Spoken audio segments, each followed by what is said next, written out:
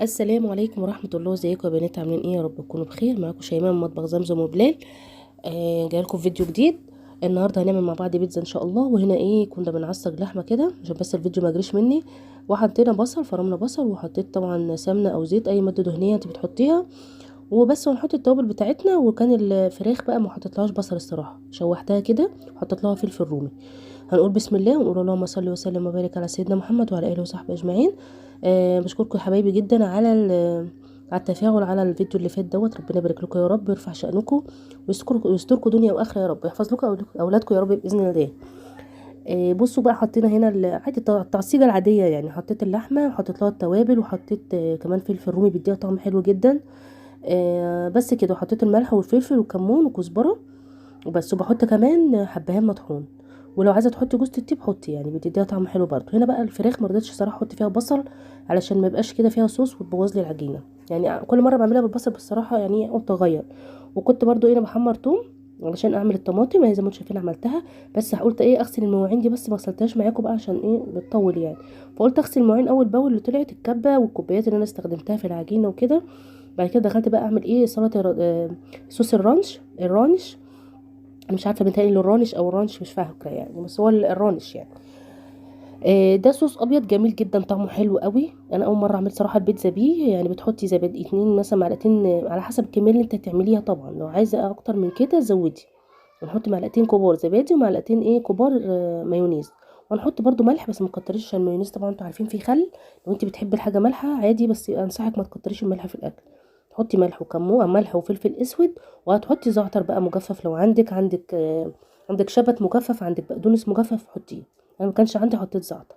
والعجينه طبعا عملتها معاكم قبل كده. طبعا بتحطي كيلو دقيق عليه كيس خميره كبيره اللي هي معلقه كبيره يعني. وهتحطي كوبايه ميه دافيه وكوبايه لبن. وهتحطي كمان معلقه بيكنج باودر.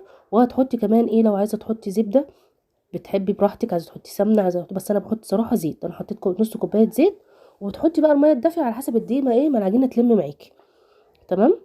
بس كده عملها هنا اول مره اجيب السوسيس ده، ماليش فيه الصراحه، ما بحبوش يعني، مش بحب، بس قلت تغيير. الطبق الالموني ده بتاع امي يا جماعه، بحب استخدمه. وهنا عاملاه بالتونه، وامي الله يرحمها يعني وسامحها. بالتونه. وهنعمل كمان بالفراخ زي ما قلت لكم، هنعمل باللحمه المفرومه. وكنت جايبه زيتون طبعا مخلي، وكنت مقطعه فلفل.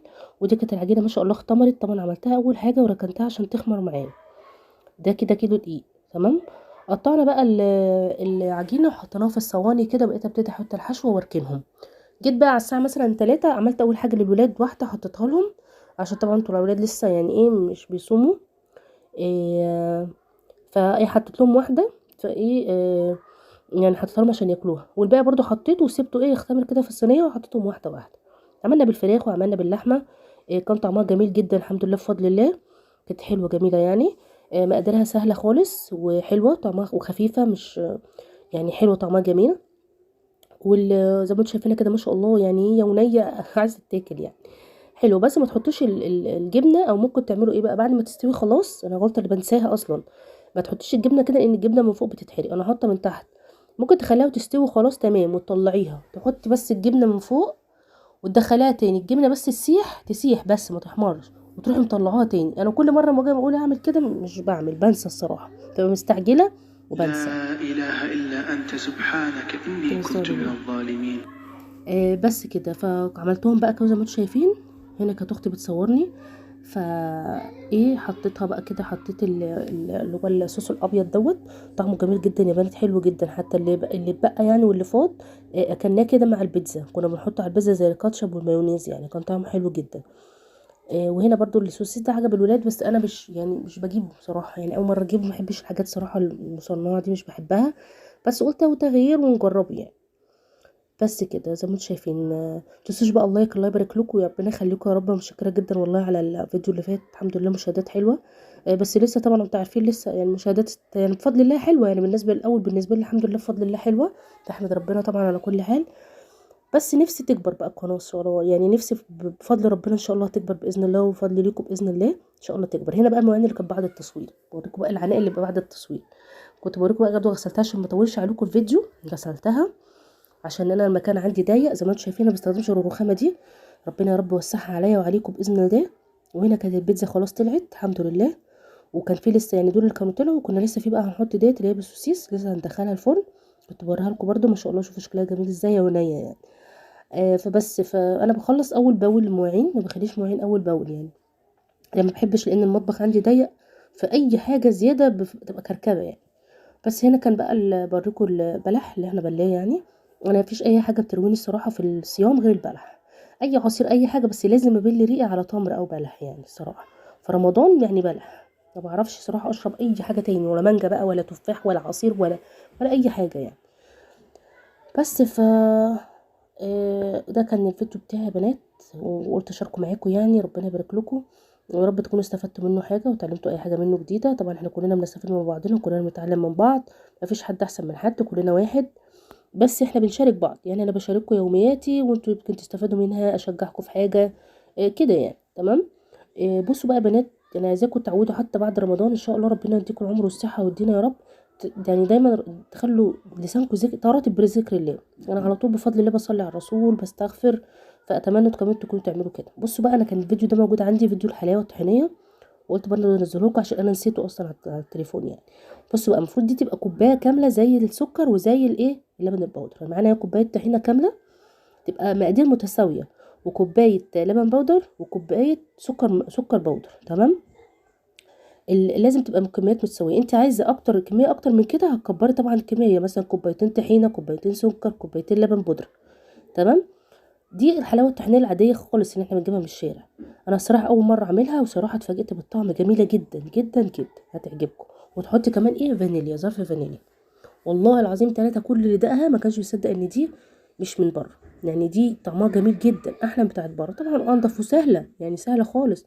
وعجبت الولاد عندي صراحه، وكل اللي دقها عجبته، ما كانش مصدق ان دي انا مش مشترياها، انا عاملاها. طبعا هتحطي كله على بعضه كده زي ما انتم شايفين. وعايزه بقى تستخدمي معلقه، تستخدمي ايدك. انا الصراحه استخدمت ايديا لان المعلقه دي كده ايه مش بتريحني الصراحه.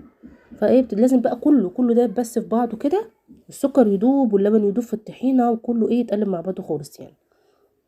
بصوا سهله خالص، مفيهاش اي حاجه. بعد كده بتحطيها في التلاجة، سيبيها بقى ساعه ساعتين 3 براحتك لغايه ما تمسك يعني. بس كده. تمام. طبعا انا ما سبتهاش كتير في التلاجة، الولاد قعدوا يزنوا عليا، فما سبتهاش كتير بقى يعني. هي كانت مش عارفه ساعه او ساعه الا ربع. قالوا ماما عايزين ندوق اللي انت عاملاه، ماما عايزين نشوفها، عايزين نشوف الحلاوه. طبعا انتوا عارفين الولاد اول ما بيشوفوا تعملي حاجه لازم بيزنوا ويدوقوا يعني. يا بس رب. كده. يا رب. المهم ايه، اللهم صل على سيدنا محمد وعلى اله وصحبه اجمعين. انا كان عندي مكسرات هنا يعني، دي من اول الفيديو ده كان قبل رمضان، كانت موجودين عندي، كان اخر حاجه عندي يعني. فقلت بقى خلاص ايه، طالما فيه نكسرهم ونحطهم ايه مع الحلويات. لكن لو مفيش عادي يعني، هي لو ساده عادي عايزه تعمليها بالسوداني عادي، مفيش اي مشكله، مش هتقول لا يعني. لما عملتهم وحطيتهم، انت عايز تعملي كل الكميه في قالب واحد وتبقى يعني حجم كبير براحتك. بس انا قلت اقسمهم على 2 تبقى واحده صغننه، انا عايزاهم يعني حجمهم ما يكونش ايه سميك قوي يعني. تمام. بس كده. بتحطيهم بقى وتضغطي عليهم علشان تمسك بقى بالكوبايه. انا حطيت الكوبايه اللي كان فيها السكر، بس دوست كده ايه يعني ايه بالكوبايه، بظهر الكوبايه كده بتدوسيها علشان إيه تبقى ماسكه في نفسها يعني. تمام. وبتحطيها زي ما قلت لك، بتحطيها بقى ساعه 2، سيبيها براحتك هتمسك. تمام. بس هو انا ممكن تكون الطحينه عندي كانت قليله شويه، عشان كان اخر كميه طحينه عندي يعني. انا بوريكم بصوا عامله ازاي. بس بتغطيها وتحطيها في التلاجة. انا هنا طبعا قلبت الدنيا على الغطا عشان مستعجله، عشان التصوير ما لقيتوش كالعاده، الواحد بيكون مستعجل. اول ما بقى خلصت التصوير لقيت الغطا قدامي بيقول لي انا اهو يعني لقيته. المهم هتشوفيني غطيتها وطلعتها من التلاجة. تمام.